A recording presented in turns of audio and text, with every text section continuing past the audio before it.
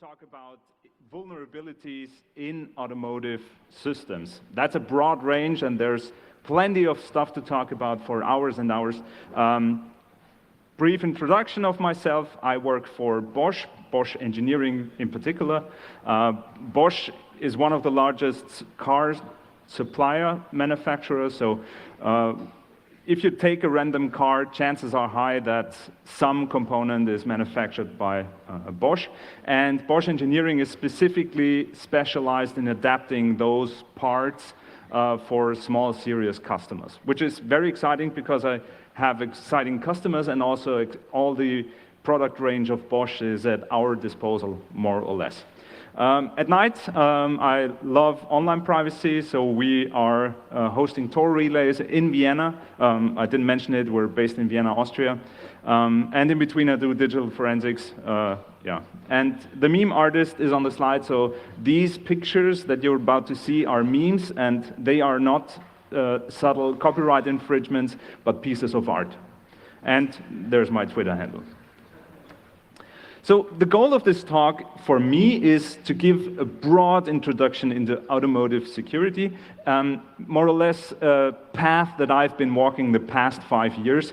My background is in IT and security. I didn't know much about automotive security. Of course, I saw the headlines, and since I'm working now in this field for a few years, I thought it might be interesting to have this one introductory talk to everybody who is interested in this topic. The goal is to identify the most relevant hacks, attacks, and vulnerabilities that have been out there. Of course, your mileage may vary, so there are numerous sources out there. Just go wander on the internet to figure out what automotive hacking is all about, and also to give you your own journey to automotive security. Yeah, objectives, real-world attacks that have been demonstrated, not theoretical attacks. What to expect? I'll only talk about public stuff, so everything that is found online is linked. I also put the slides online. You can find them on my Twitter. And every picture is usually linked to the source document, so you can walk from the slides and read on the details of all the different attacks. And basically what I observed, there are two groups that do automotive hacking. One is the hackers for the fame, and the other group is companies for the fame and some fortune. So the ecosystem of companies that focus on automotive security is growing and growing. And most of the time it starts by some hacker fiddling with their car and trying to get things to work that weren't supposed to work, or have it the other way around. What I didn't include in this talk is the automotive basics. So there are numerous talks and resources online. Check out the Car Hacking Village. Check out the Open Garage book about what a CAN bus is, how architectures of components work in cars. I also didn't include APIs because this is just regular IT security. Securing an API for a car shouldn't be different than securing an API for Facebook, Twitter, whatever it is. I also didn't include immobilizer things, also locking systems, because there has been tremendous research going on the MegaMoS crypto system or High-Tech 2, how to basically you're able to steal a car because the security is not done properly in the immobilizer. This is not covered here, so I'm focusing on every other component than the locking system and the immobilizers, because regulation demands that every car has a mobilizer, and usually this is done with some cryptographic handshake with the key or with a phone or whatever it is. So let's start the journey. The first time, or the first nice resource I found about automotive hacking was a paper from 2010. It was published at an academic security conference in 2010.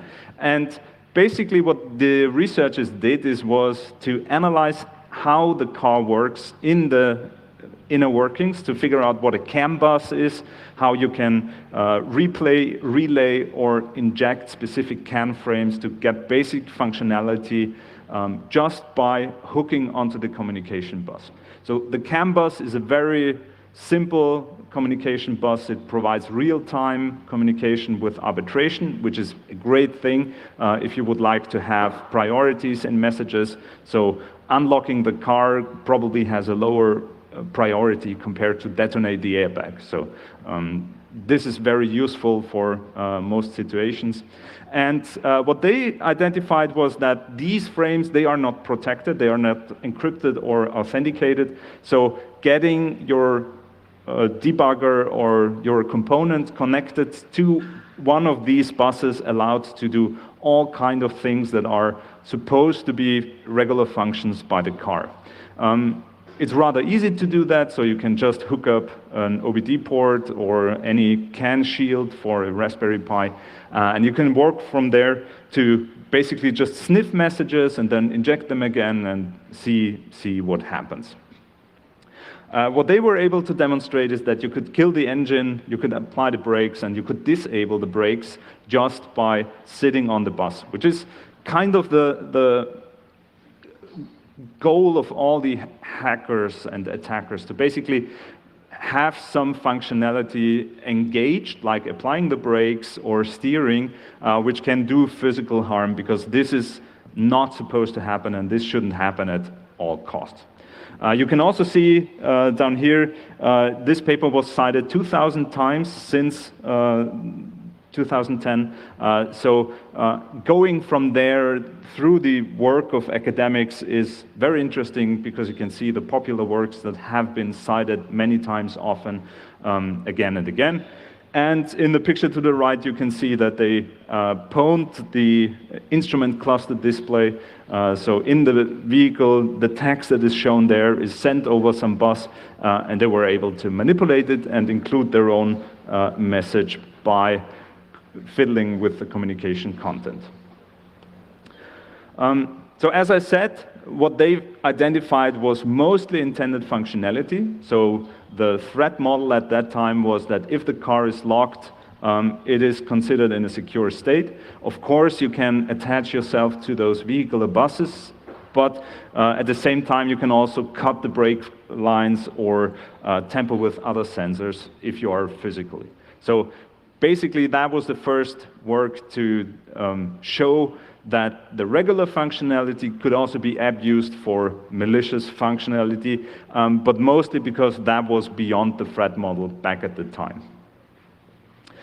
In the follow-up paper, and that was really cool, they showed how to hack a telematics unit in one of their cars. They published it at Insecurities, and what was really cool in that talk was that they were able to make that car join an IRC channel for command and control messages. So basically, 2011 botnets were a thing, as they are now, but they used IRC. So they connected some component from the car over the telematics unit with the internet IRC server, and then were able to submit commands to the car. They demonstrated that they could do location tracking, so issuing IRC commands, hey, what's your location? They were able to exfiltrate audio, so the car had a microphone. They could activate it remotely and get that audio exfiltrated. What they also demonstrated was that the update functionality of the infotainment system was unsigned. So every time someone in the dealer or in the workshop, they updated the software of the infotainment system with the CD player and thing. They did this with an unsigned binary. So basically just tampering with the binary, you could root your CD player without actually having to bypass any security measure. They also found, and this is really cool, a buffer overflow in the WMA parser, and they were able to exploit this over the telematics unit via a phone call. So basically what they did is they called the telematics unit because it had a SIM card, it had a phone number. It wasn't shown to the user that someone is calling the telematics unit because no one would ever do that. And then they were able to exploit the buffer overflow in the WMA parser to get root privileges on the telematics unit, which is really cool, really the holy grail of automotive hacking, because with that amount of control remotely, you can do all kind of nasty things. And you can see it in the picture. It's one of the first iPhones or whatever it is. They're holding a speaker to the microphone and exploiting the car just like this. I've never seen anything like this again. It's really, really cool. All right. Moving forward, 2013, two students, Dutch students, I think, yeah, University of Amsterdam, what they analyzed was a BMW, and they analyzed the telematics unit as well. How they did it was they wrapped the antenna of the telematics unit in tinfoil and put an IMSI catcher or USRP or some kind of base station fakery next to it, and then they were able to inspect and modify SMS content that was sent back and forth. They saw that by intercepting the messages, it works like that. If there is a command waiting for the car in the backend, the car receives an SMS. The SMS triggers wake up of the relevant components. Once they are online, the car connects to the backend, asks if there are commands, and then downloads these commands and executes them. However, what they saw was that it used an HTTP proxy, it used their own APN, their own private online network, more or less, but there was no authentication per se, so it was a base 64 encoded authentication, which is basically no authentication, and they were able to basically simulate the backend and issue commands to the vehicle just like a regular backend would do for functionality, which is part of the car. What's also interesting, maybe that was replaced by the proxy, but in one request they mentioned that the user agent of the car was Firefox 3.5 on Windows 7, which doesn't add up. Maybe they saw their own user agent string, but it's really interesting to see that a car identifies as a Firefox. Whether it's legit or not, I don't know, but I found it very funny. 2 years later, the German ADAC, they took up the work of them, or they replicated the work with the IMSI catcher, and because it's the German ADAC, Germans love their cars, so it's a quite powerful institution. They redid this kind of attack, so again, they had a fake base station catching the car, and back in 2013, there was a fleet key, there was a key added to SMSs for commands that added encryption and authentication of some kind. However, there was one key for all the cars of the same kind, so it was kind of a fleet key, which is not a good thing if you do it.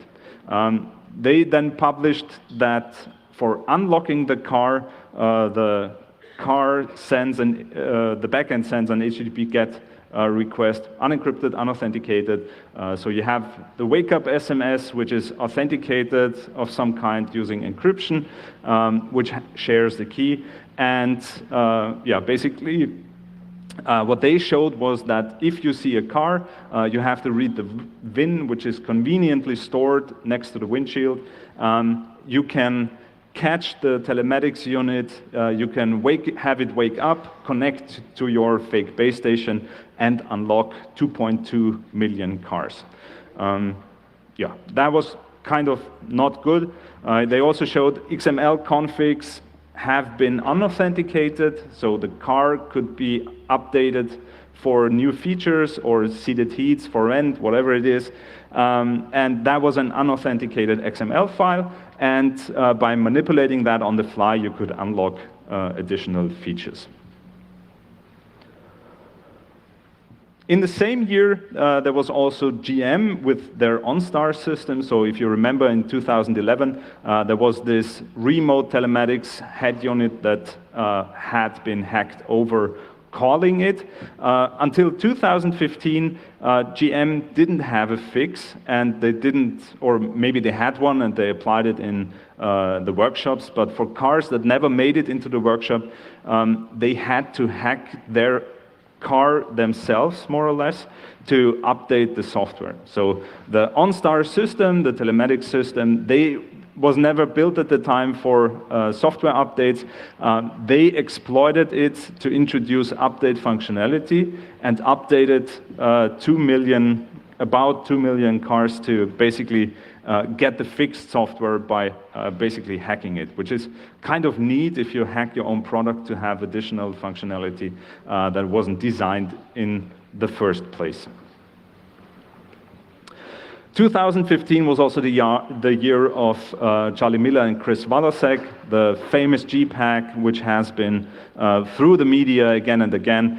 So for every training I give it within our company, this is a must-see, of course, because that changed the entire industry to some kind that it's not a good idea to just add more SIM cards, but you probably would like to have firewalls and regular IT security features could be useful. They demonstrated it with the famous video where Andy Greenberg was driving on the highway. They connected remotely to the car and activated the radio, the windshield wipers, and then shut off the engine. Very powerful video and very powerful marketing, of course, for enhancing security in vehicles. How did they do it? In their 2015 paper, they identified there was a Uconnect unit. It was running QNX, kind of a real-time embedded system. This connectivity unit had a 3G connection to the backend, and it had open ports locally over Wi-Fi. So if you connected with your car over Wi-Fi, you could see the open ports of the telematics unit. They also saw that you could do software updates over USB for jailbreaking it. So again, software updates were not signed. You had to plug in the proper file name and the proper software, some basic functionality like some checksums to identify that it's a legit software update. And just by manipulating the software, they could change the software. But of course, it's not straightforward. You cannot disassemble it right away. Takes some pain to modify the software. But what they then found, and this is the big thing, is they found that each car has 2 IP addresses. One of them is for the in-vehicular services. So if the car spawns a hotspot, it connects to a proxy, and that is the external IP then. But they also saw that the telematics unit had a self-announced IP address, more or less. So everything in the car was using the proper connection, but there was also the regular IP address that wasn't firewalled. They had to scan 2 net ranges of sufficient size and could connect to it, because the telematics unit did not expose the open ports only locally, but also on the internet interface, which is not a good thing, and the video clearly demonstrates that. 2015 was also a great presentation at DEF CON, where 2 guys hacked their Tesla. They identified that, of course, it's a local Linux. Of course, it connects to some kind of backend called mothership using a VPN. But by local manipulation, they were able to SSH into their car, and they could do all kind of nasty things using this SSH connection. So they could turn off the car or open the doors, basically everything that is regular functionality or functionality over the app. They were able to demonstrate that as well. Again, you had to have local access, but if you put your car in the dealership, you could basically backdoor every car again and again that is coming in, and then at a later point in time, go harvest all the belongings in the car or take the cars themselves. Once physical access is enough to pertain physical access for the future. And again, they showed all the different architectures. Every car is different in the architecture and the used components. So one of the first thing most people do is to figure out, okay, which components are in there, what communication buses they use, and how could this potentially be exploited. Another work from 2015, also very interesting, they demonstrated in an academic publication that aftermarket OBD dongles, things that you plug into your OBD port to have diagnostics or I don't know, status messages, things that you do with your car insurances sometimes do that. They identified a popular brand and dissected it and found that they have the same SSH key pair on all the OBD dongles, and they were sold in the thousands. Not a good thing to have the same SSH key, because once you compromise one of these dongles, you could compromise every other. And yeah, basically they also demonstrated it on Shodan, 2,000 devices, by remotely applying the brakes. So they wrote an app, they connected to the vehicle, to the OBD port in question. This could be done over the internet, and then they were able to inject brake messages to basically bring the car to a halt, which is again endangering physical safety, which is not a good thing. 2016, Miller and Walasek striked again. They showed more advanced analyses of their cheap hack. And what they were able to demonstrate, which didn't quite work in 2015, was some sophisticated techniques to basically denial of service specific component. So basically what they observed was that if you put an ECU, some component into boot mode, into boot ROM mode, they wait for a software update and they will never wake up again until the software or the car is restarted or the software is applied. Also, cars cannot handle conflicting messages. So if the message doesn't have a counter or a cryptographic authentication tag with them, you could simply inject a contradicting message and the car wouldn't know which message is the valid one. Some messages had counters and they could, because they only increment, counters nothing magically, they could predate the counters and send the message before the next legit message and thus prevent the legit message from arriving.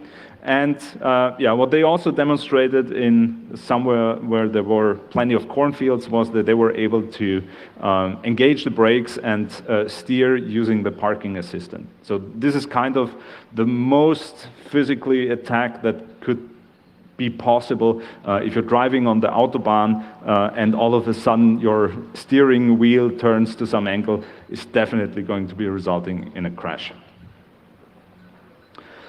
2016 was also the year of Keen Labs. They demonstrated in a blog post first how they were able to get root access on a Tesla. They did this by exploiting the fact that Teslas always connect to a known Wi-Fi, which is, you can find it online. So if you drive up to a supercharger, your car will connect to this Wi-Fi and will ask for software updates and things like that.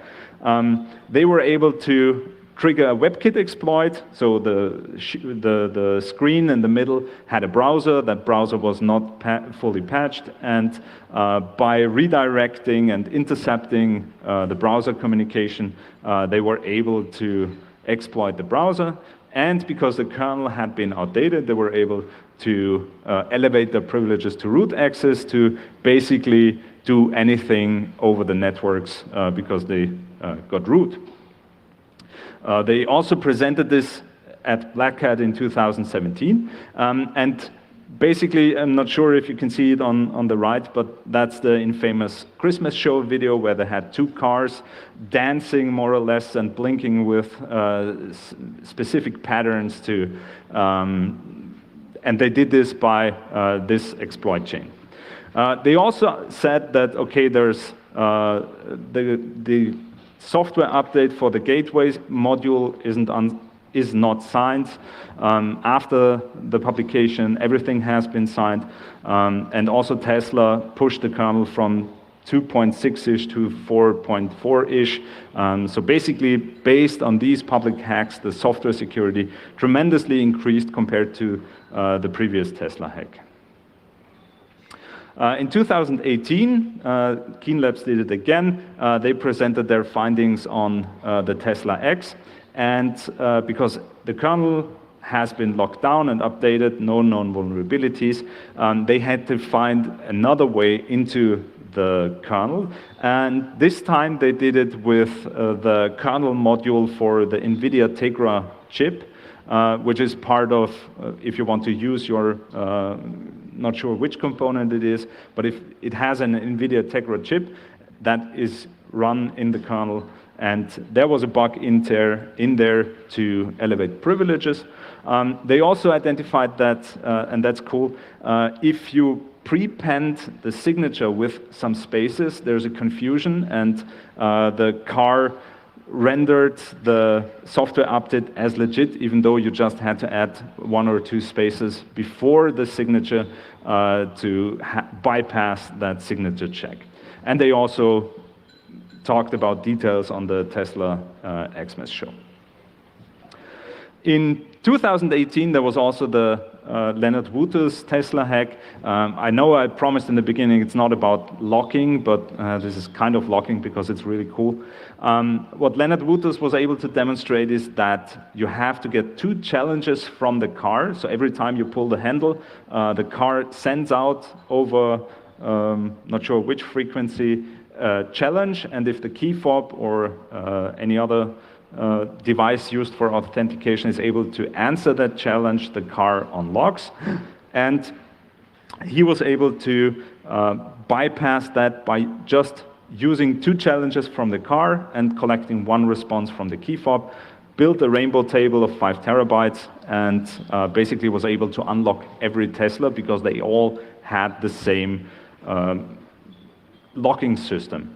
The locking system itself was from an external supplier, so even though this is the famous Tesla hack, it also infected numerous other cars that had the same locking system implemented. It used some proprietary crypto DST40, and you can see on the right the wake-up signal arrives at the key fob. The key fob replies, then the car sends a 40-bit challenge, and the key fob responds with a 24-bit response. 24-bit isn't that much for 2018, and that's why he was able to enumerate all the challenges and all the responses. In 2019, Tesla participated in the Pwn2Own contest. So basically, if you can compromise a thing, you can keep it. You have to just publicly disclose the way and the vulnerability that you abused.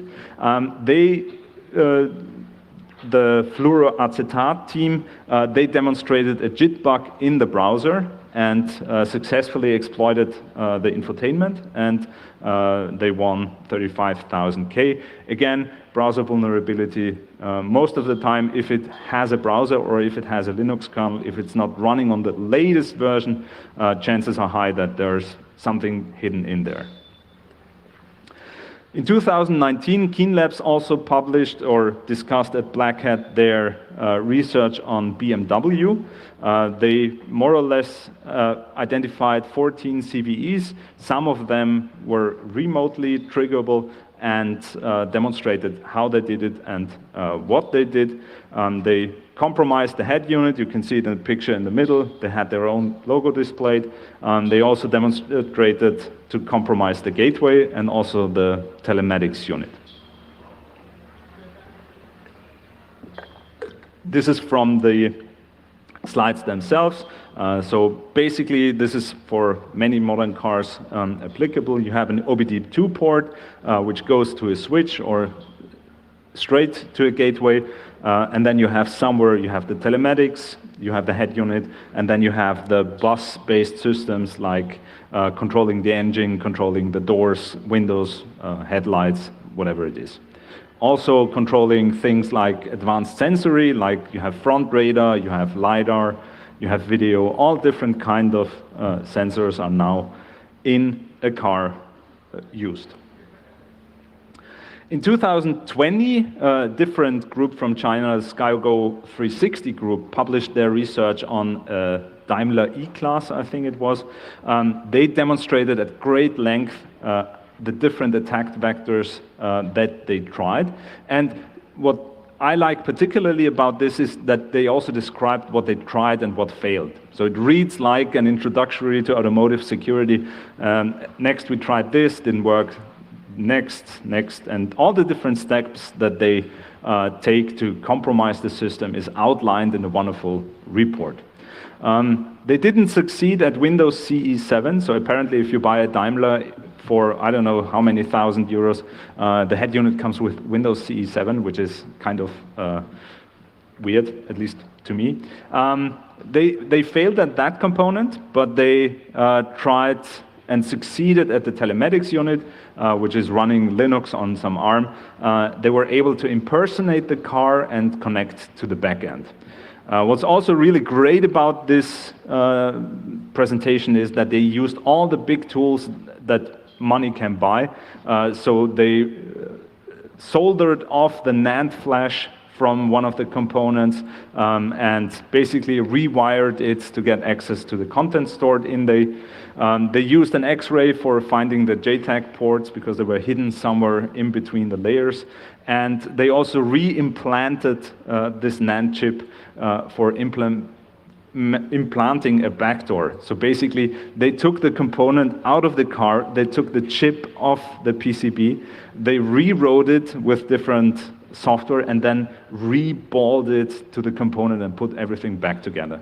It must have been a tremendous amount of work that went into that, and it's really hard to defend against such powerful and capable attackers. Of course, you could encrypt the content, but then you can still, yeah. It's more or less very interesting because of the tools they used. Early 2021, there was a tweet by some EA Foundation, and that was particularly interesting because that was not a talk, that was not presentation at some security conference, it wasn't a vendor, it was just a hacker trying to get additional features for their infotainment system. And basically with that tweet, he or she described at great length what steps they took to get code execution rights on the kind of not so modern infotainment system. You can see in the picture it runs a 2.6 kernel. It's a Nissan, and it's surprisingly it's a Bosch component. So it's a rather old Bosch infotainment system that is not sold anymore, but of course it's still driving around in the thousands.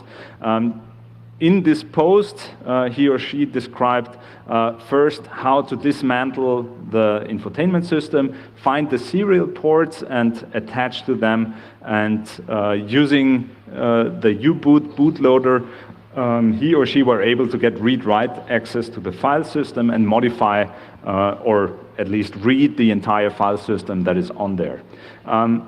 The surprising twist in this publication then was that by reading the source code and reading all the binaries and things like that, he found that script, which is shown here below. That script assigns a unique name for a USB drive that you plug in. So you have an MP3 collection, you don't trust Spotify, so you use plain old USB thumb drives.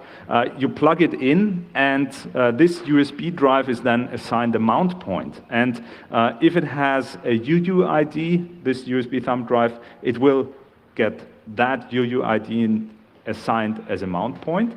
But if it has a label, like a name or things like that, the mount point will be created using that label. And the really interesting part is, by having a label that has semicolon, dash, dash, some functionality or some command, you can get command execution simply by renaming your USB thumb drive to a specific name. And it's genius because it's so simple.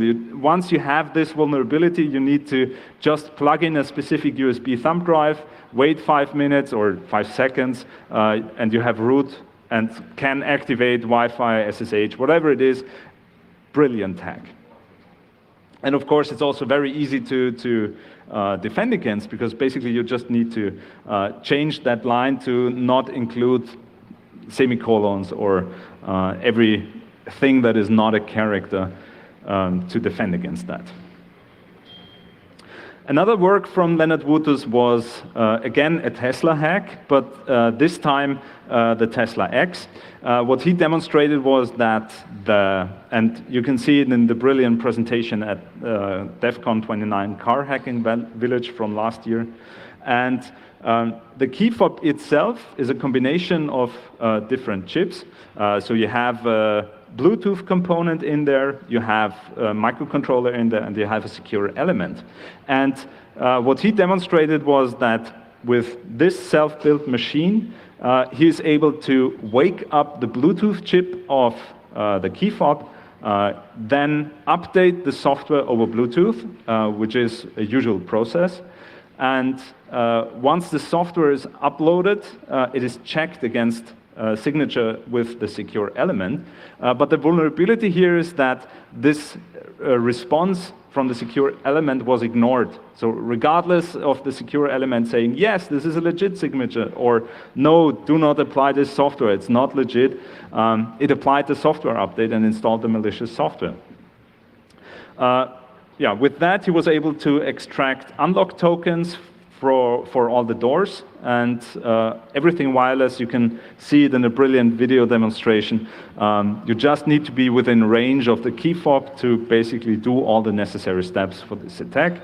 With those stolen tokens, he then approaches the car, mimics a key fob, and sends the tokens to unlock the doors.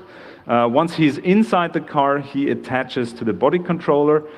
There's no authentication involved, which is surprising, but then he could train a new key fob. So he bought a used key fob on eBay. Once he's connected to the car, he's able to say, hey, I have a new key fob, it's this, and drive away with his new car. Another Tesla hack, Weinmann and Schmotzler, they demonstrated at CanSec West how to use overflow buffer, stack overflow over Wi-Fi to get root permissions on the component in question. They showed it in a video. You can't see it here, but there's a drone, and basically the attack is exploitable using this drone, because all you have to do is send some Wi-Fi packets and connect. And what they were using is Conman. It's the connection manager of Yocto Linux, and that had a Stack Overflow to get root privileges. 2021, Keen Labs again. So I didn't know it, but Keen Labs had a run on Black Hat talks and demonstrations for consecutive years, again and again. They analyzed the Daimler MB-UX head unit system, and they were able to, again, compromise everything using a proprietary protocol that is spoken. So the attack goes that upon starting, the head unit and the telematics unit, they exchange a WPA encrypted key over the bus. This is unencrypted, so it can be sniffed. They can then connect with this Wi-Fi and then do nasty things. And one of the things that was provided by the head unit was the proprietary HiQNet protocol. I've never heard it before, I don't know what it is, but it included buffer overflows, so basically from there it's fair game to basically just compromise everything. Yeah. In 2021, also at Black Hat, Colin O'Flynn demonstrated that glitching ECUs is useful to bypass protections. So usually nowadays you have a ECU that is protected, so you have a JTAG password, you have a UART password, and by glitching these password checks, you can get access to the component without needing to know the password. He demonstrated in Corvette, and the microcontroller in question was a NXP microcontroller with power architecture, which still is commonly used for automotive, even though everything is moving towards ARM nowadays. early 2020s, so 2022, so we're reaching the end of the timeline. Willem Melching, he's working for Comma AI. He dismantled the steering ECU from his Golf. It's from 2008, it's rather old, but what it demonstrates nicely that it's not only about the engine controller for tuning or the body controller for locking. You can also control the steering module simply by manipulating the software on it. Comma AI, the company he's working for, is doing a business with that. So they hijack the steering and use the I think it's a stereo optical system to basically steer the car on the highway. Yeah, very powerful write-up because again, it shows again and again how you analyze such an automotive embedded component.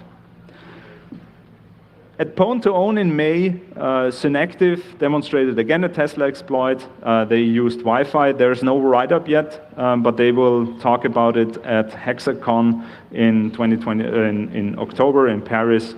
How they did it. I'm really looking forward to that. I really hope it's getting recorded.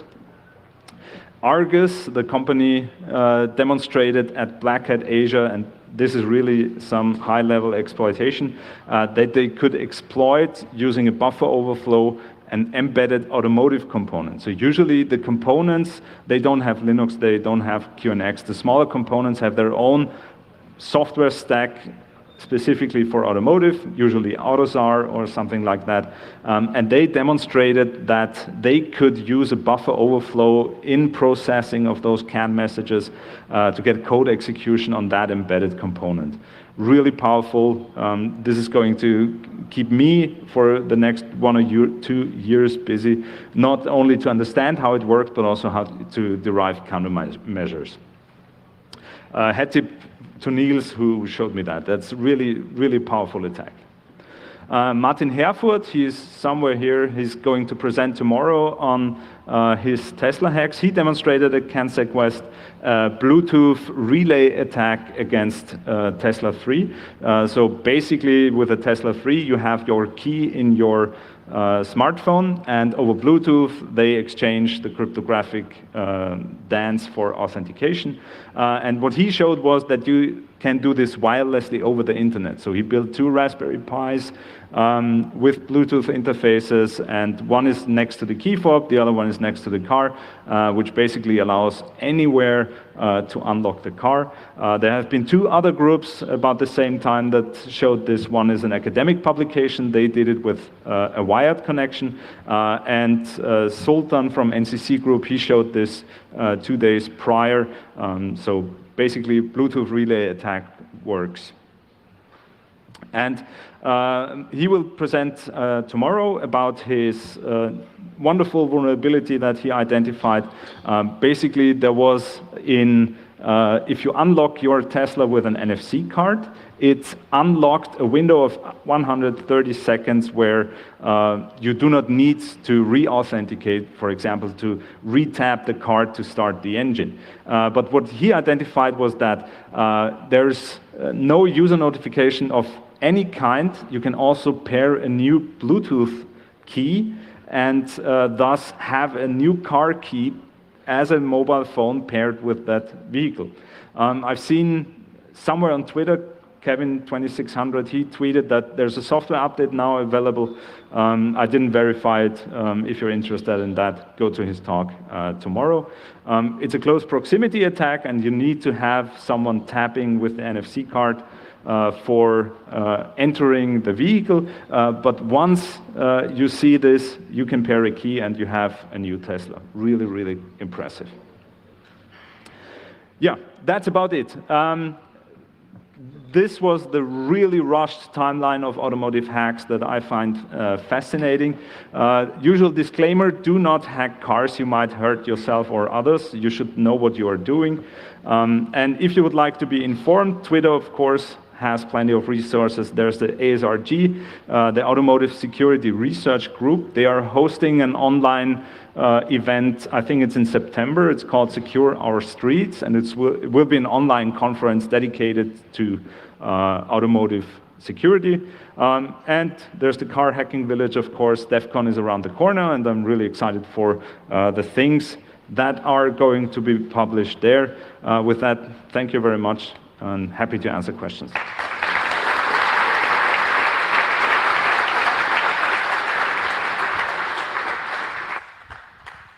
Martin, thank you very much. That was an excellent, concise overview of everything that happened in the last few years in car hacking. And I'm really happy to see everything just going on, yeah, and people working on the security of that. Having said that, any questions? Could you come to the middle and talk close to the mic? There's a microphone here next to the pole. Stand closely to the microphone and use that one. Test, yes. I'm not quite sure how long it's been, but I remember there was a Chinese group hacking a Tesla rain sensor camera with general adversarial network attack. Yeah. Wasn't in the hack, so was that like too boring, or what's? I mean, okay, there was no access. Good question. What they managed is to confuse the recognizer for street and things like a stop sign. I didn't include it because it's really modern, and I wanted to, of course, if you build such a system, it should be obvious that you could trick it to some extent, but I didn't include it for time constraints. Yeah. Okay. Cool. Because I think like the visual attack vectors, they will be a big role, and as you said, also nobody's securing stuff on the lower levels. So, yeah. Absolutely, and all those camera-based systems, they are connected using Ethernet because CAN bus is way too slow. Hackers love Ethernet, so let's see where that goes. Yeah, thank you. Thank you for the talk. I saw that you are named the kernel versions which are in the system. So do they get updated on the lifetime of a car, or does it have the more or less all the software components from when the car was designed? This is going to change. So for for getting a type approval, car manufacturers now have to prove that they have some kind of update management. So if you build a car and you want to have it type registered in UNECE, which is more or less whole of Europe, South Africa, South America, South Africa, Australia, and things like that, you have to have a concept at hand how you will be able to update the software. So it's not mandatory to update the software. This is, of course, an economical question. Of course, it's cheaper to do it over internet or any other mean, but I'm not sure if it's obliged. You just have to demonstrate that you have an update concept. And this will get more and more. So everybody is attaching SIM cards to stuff like crazy. We will get there that a car will update itself overnight. Thank you. I've got one question myself. As a user of a modern car, my eldest already told me earlier with my former car, it's nice that you use that OBD port, but take it out when you're not near the car because someone can hack into it. So yeah. Knew more than I did. Any other hints and tips for people what to do and what not to do with your car? Good question. So every car is different. You should know at least the wireless things that are going on. You should understand if you pair a new car key over Bluetooth, that at least you should verify that there's some code you have to enter, things like that. You can understand the apps that you are using. So if you use an Android app, pipe it into one of those analyzing frameworks and see what they do, what requests they do. Besides that, nag the manufacturer. They have all the knowledge and documentation, and also things like the German ADAC. They know how to secure things physically. Thank you. Oh, there's one more. Yeah, but I'm going to ask for that applause. But one more question. Just one quick question. So since there are now popping up a lot of small companies that build electric cars because you don't need that mechanical drive shaft and all that stuff anymore, are you aware of any company that kind of tries to build a secure car, open concept-wise, maybe something like that? Because there's just all the other stuff is going to end up like smartphones with bloatware and all the other shit, and I don't want that. Yeah, it's more or less about the time of market. So if a manufacturer is really keen on hitting time to market early, they will take available components, plug them together, and not put much effort into changing them.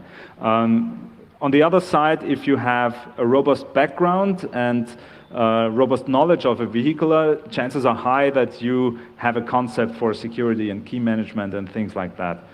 So I expect that new companies that make an electric vehicle, they will do the same mistakes again and again, just like all the big ones did, but eventually we will get there. Every supplier will be required to do security, updatability, things like that. It will change. Yeah, it's more like, is there like a offline per design thing that was like? I don't know any. It's all about convenience and apps and yeah. I like that sentence. Eventually we will get there. And I think let's keep it on that for today. Ladies and gentlemen, big hand again.